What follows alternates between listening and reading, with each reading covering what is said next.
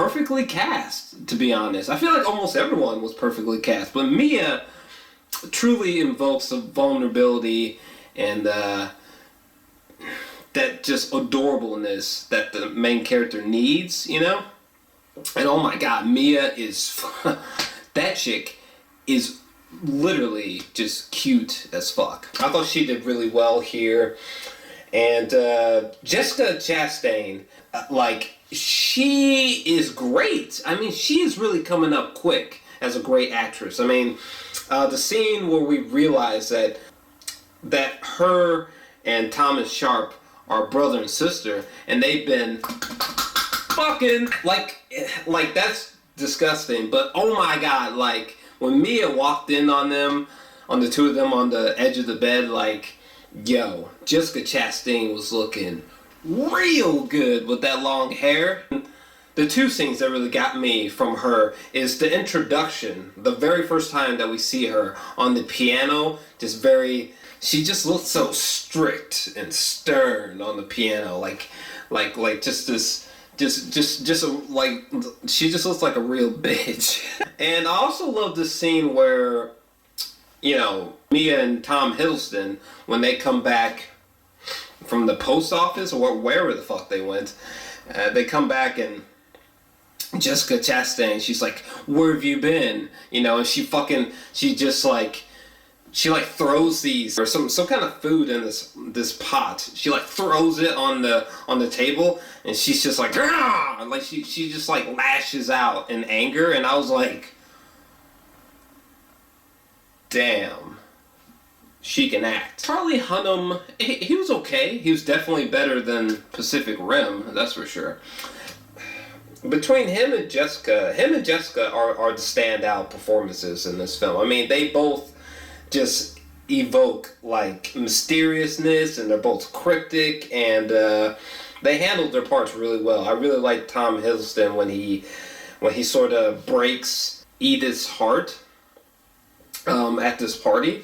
I thought he did really strong in this film. I mean, every shot is just bone-achingly good. The cinematography is just mind-bending, okay? And this fucking house that they just made looks just extraordinary. I mean, just extraordinary. All the interiors of the architecture in this film is great. But, I mean, this house, it literally looks like a house that just exists somewhere, and they just, Guillermo and the crew were just happening by, and they just so happened to shoot inside of it. That's how authentic the interior of the house feels. Oh my god, like this film, just on a technical level, is just extraordinary. Just extraordinary. Like, Guillermo outdid himself.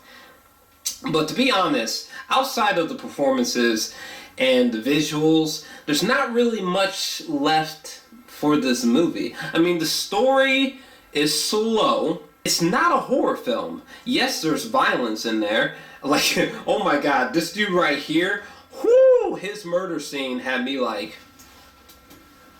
I mean, there is violence in this movie, and there are ghosts, and there are jump scares, but they're sort of like, you know, just sprinkled throughout the film, you know. The movie is more so a gothic romance film that just so happens to have violence and ghosts from time to time.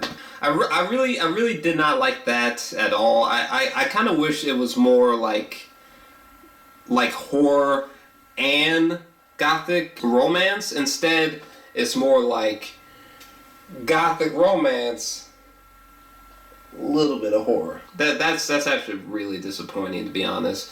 But I gotta say, the last few minutes of this movie are fucking insane. I mean, Guillermo was just like, fuck it. I mean, when Tom Hiddleston gets fucking stabbed, and he gets stabbed in the fucking face by Jessica Chastain, or Jessica is fucking like running after Edith with the fucking blade, especially when she was near the elevator. I was just like, come on, Edith! God damn it, fuck that bitch up! I especially loved this scene outside. Like, it was really intense. Like, I wasn't sure what the fuck was gonna happen, and it kind of reminded me of the end fight sequence in Gangs of New York.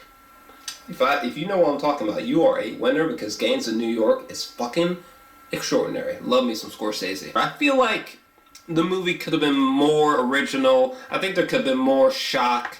There could have been more terror and violence injected into this film to bring this film up to, like a 10 out of 10. But the story is simple. It's actually really cliched.